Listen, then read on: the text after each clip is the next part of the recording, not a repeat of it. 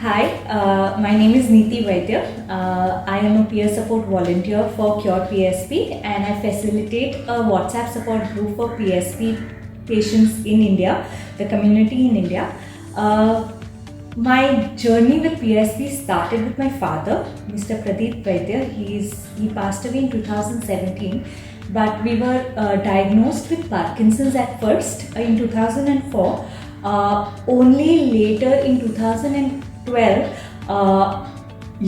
here in Hinduja, we were given the correct diagnosis of PSP by Dr. Gursahani with Dr. Charulata Sankla, who then had taken over my father's case being a movement disorder specialist. My experience with Dr. Sankla and Dr. Gursahani was great because they understood where we came from. They helped us give better care to my father to an extent that we could respect his wishes of, not having a PEG tube, trying to swallow till the end, not being in an ICU, and take care the way we could without causing him any more stress. So they understood where we came from, and they understood the palliative care need that my father needed, and it was tough, but it was also very, very helpful to have doctors here on their team. A special mention to Dr. Pinto, Dr. Lancelot Pinto. He was the consulting chest physician for my father when we were admitted in Hinduja, and he was godsend. He actually helped us help Dad with his palliative needs and his aspiration pneumonia through the last 2 months. I had only come across him then, and the last 2 months were made easy on my father because of him. So I really hold him in high regard when it comes to consultations along with Dr. Sankla and Dr. Gursahani.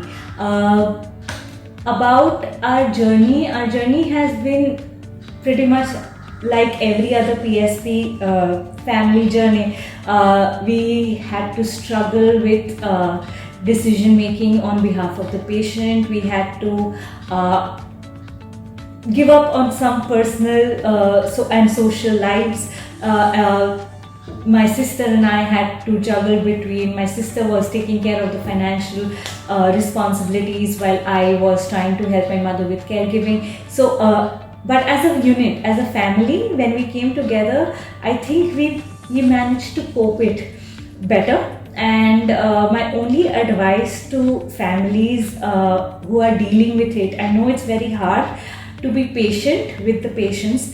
I also know that it's very hard to see any positivity in this. I couldn't when I was dealing with it, but it helps to try keep a positive outlook. Take each day at a time.